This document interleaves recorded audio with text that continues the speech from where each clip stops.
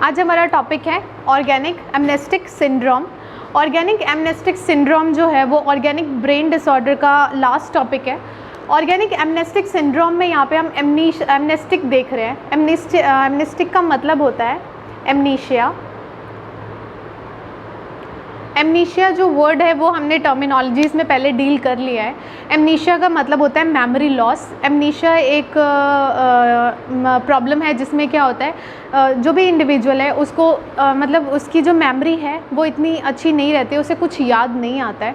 तो सबसे पहले हम इसका डेफिनेशन डील करते हैं। डेफिनेशन है inability to remember events for a period of time due to physical causes not psychological causes।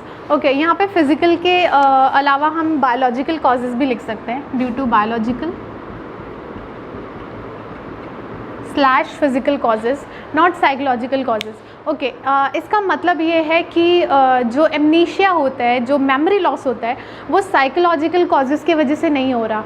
वो मेमोरी लॉस इसलिए नहीं हो रहा कि जो भी पेशेंट हैं उनको कोई साइकोलॉजिकल डिसऑर्डर है, कोई स्किज़ोफ्रेनिया हो गया या फिर स्किज़ोफ्रेनिया हो गया या फिर कोई और साइकोलॉजिकल प्रॉब्लम है, उसके वजह से मेमोरी लॉस नहीं होता है। मेमोरी लॉस तभी होता है जब ब्रेन में कोई डिसऑर्डर हो गया है, इंजरी हो गई है, या फिर जैसा कि मैंने पहले सेशंस में बताया है कि जो भी सेल्स हैं, ब्रेन सेल हैं, वो अपना फंक्शन ढंग से नहीं कर पाए तो होता है। तो उनकी कॉजेज़ क्या क्या हो सकते हैं? ईदर बायोलॉजिकल और फिज़िकल कॉजेज़ आर देयर्स, जिनके वजह से जो ऑर्गेनिक एमनेस्टिक सिंड्रोम जो है वो होता है।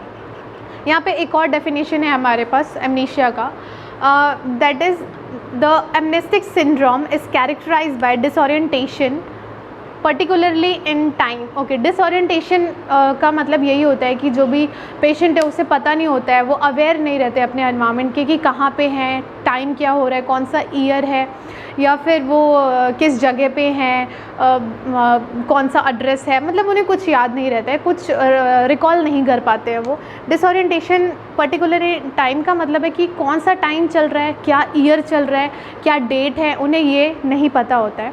नेक्स्ट है इम्पेयरमेंट ऑफ इमीडिएट रिकॉल। अचानक से मतलब जल्दी किसी चीज़ को याद करना वो नहीं कर पाते हैं। जो भी इवेंट हुआ है पहले उसको अगर उन्हें याद करना हुआ तो बहुत ज़्यादा मुश्किल फेस करते हैं, वो बहुत सारे प्रॉब्लम्स फेस करते हैं, उन्हें याद नहीं आता है। Next is loss of recent memory. Loss of recent memory में क्या होता है, जो भी अगर छोटी छोटी मेमोरीज़ जो होती हैं, छोटी छोटी चीज़ें जो होती हैं वो भूल जाते हैं, उन्हें कुछ याद नहीं आता है। उसके बाद minor variations from the typical picture में अकर। जो टिपिकल पिक्चर है मतलब जो एक्चुअल सिचुएशन है उसमें क्या होता है, वेरिएशंस आना शुरू हो जाते हैं। उनको ऐसा लगता है कि एक्चुअल में वो होंगे, उस स्टोरी में वो होंगे, लेकिन उन्हें ऐसा लगेगा कि ये स्टोरी पूरी करेक्ट नहीं है, कुछ ऐसा हुआ होगा, मतलब थोड़ा बहुत कन्फ्यूजन होना शुरू हो जाता है। उनकी स्टोरी और एक्चुअल स्टोरी में वेरिएशन आना शुरू हो जाता है। ओके, तो ये था डेफिनेशन।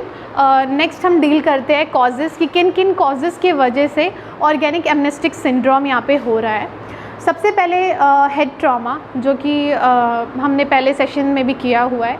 ऑर्गेनिक में क्या होता है, ऑर्गेनिक ब्रेन डिसऑर्डर में किसी भी रीज़न के वजह से अगर सेल को ब्लड सप्लाई नहीं मिल रहा है या फिर सेल जो है वो डिस्ट्रक्ट हो रहे हैं, तो वो वहाँ का जो एरिया मतलब पूरा एक एरिया है वो क्या हो रहा है, वहाँ पे इंजरी हुई, इंजरी की वजह से क्या हो रहा है, जो सेल हो रहा है, सेल को प्रॉपर फंक्शन करने के लिए न्यूट्रिएंट्स नहीं मिल रहे हैं या फिर ब्लड सप्लाई नहीं मिल रहा है, तो वहाँ पे डीजनरेशन शुरू हो जाता है। जब सेल्स जो हैं वो डीजनरेट करना शुरू कर देते हैं तो उसके बाद उनके फंक्शन लॉस होते हैं और ऑर्गेनिक एमनेस्टिक सिंड्रोम जैसे मतलब सिंड्रोम्स जो हैं वो स्टार्ट होते हैं।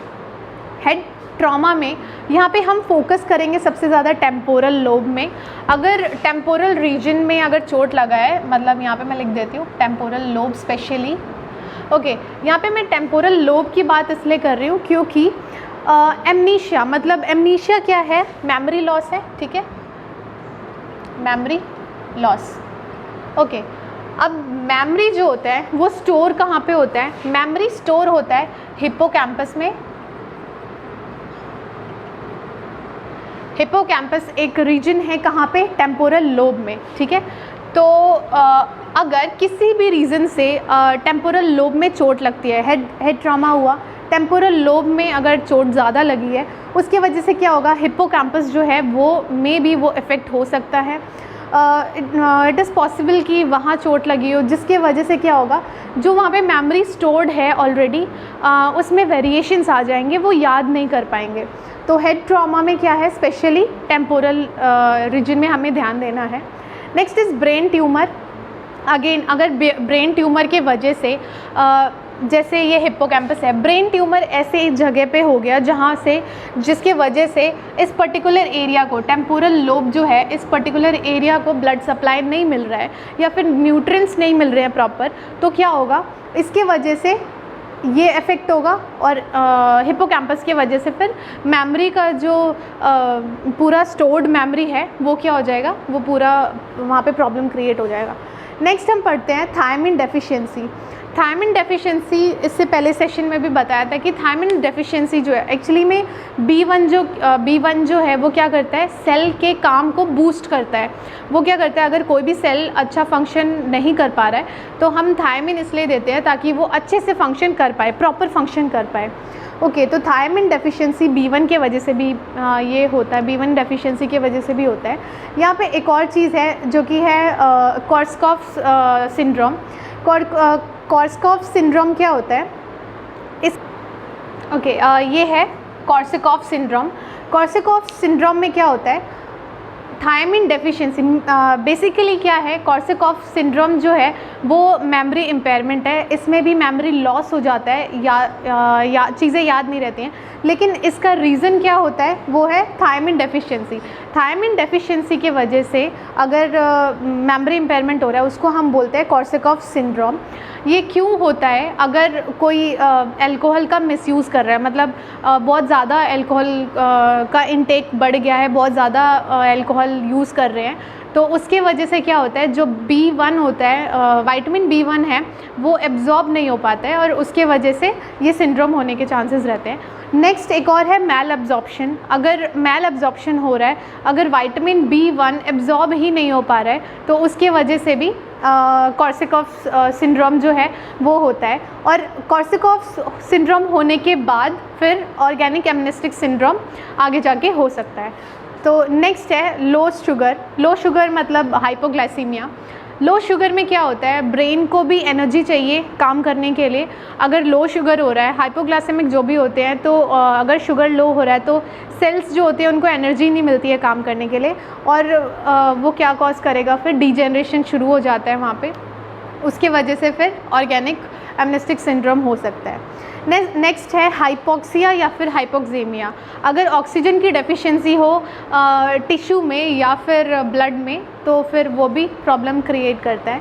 नेक्स्ट है ईयर इन्फेक्शन। यहाँ पे हमने ईयर इन्फेक्शन और ईयर इंजरी दोनों लिखा है।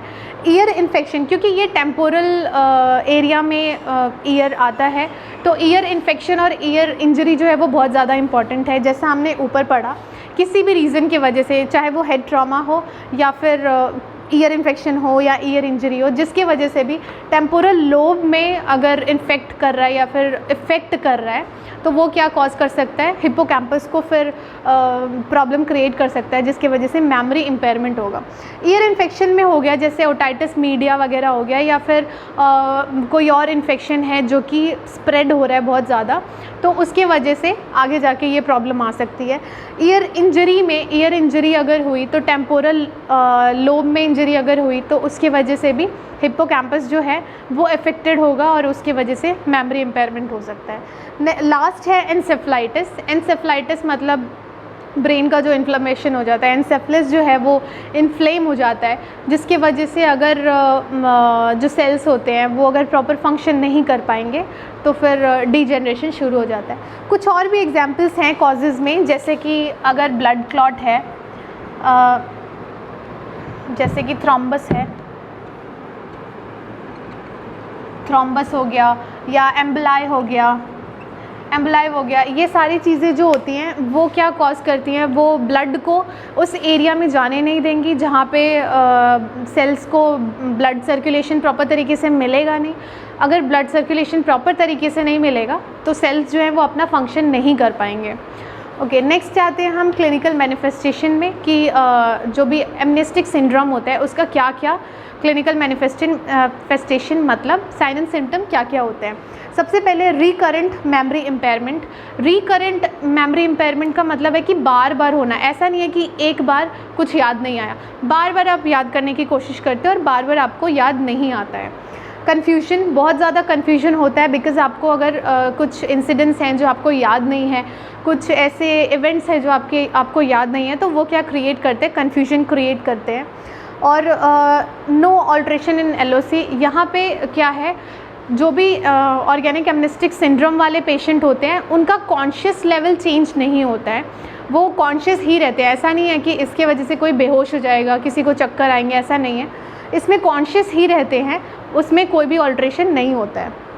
ओके, तो ये था क्लिनिकल मैनिफेस्टेशन। इसके अलावा और भी आप लिख सकते हैं, जैसे कि अगर कोई भी कन्फ्यूजन फेस कर रहा है या फिर किसी को भी रिकरेंट मेमोरी इम्पेयरमेंट्स हो रहा है, डिसओरिएंटेशन, जैसे यहाँ पे है डिसओरिएंटेशन हो गया, इम्पेयरमेंट ऑफ इमीडिएट रिकॉल हो गया, लॉस ऑफ रिसेंट मेमोरीज हो गया, या फिर माइनर वेरिएशंस हो गए, ये सारे आपके क्लिनिकल मैनिफेस्टेशन में आएंगे।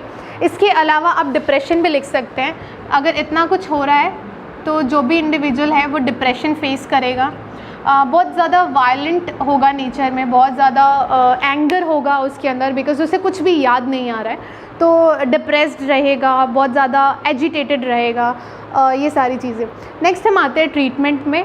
ट्रीटमेंट यहाँ पे है सिम्टोमेटिक ट्रीटमेंट। हमें सबसे पहले अंडरलाइन कॉजेज़ डायग्नोस करना है कि किस रीज़न के वजह से मेमोरी लॉस हो रहा है। अगर हम उस वजह को जान पाए कि किस वजह से मेमोरी लॉस हो रहा है, तो हम यहाँ पे क्या उसको ट्रीटमेंट प्रोवाइड करेंगे, और उसको ट्रीटमेंट प्रोवाइड करने से शायद ऑर्गेनिक एमनेस्टिक सिंड्रोम जो है वो ट्रीट हो पाए।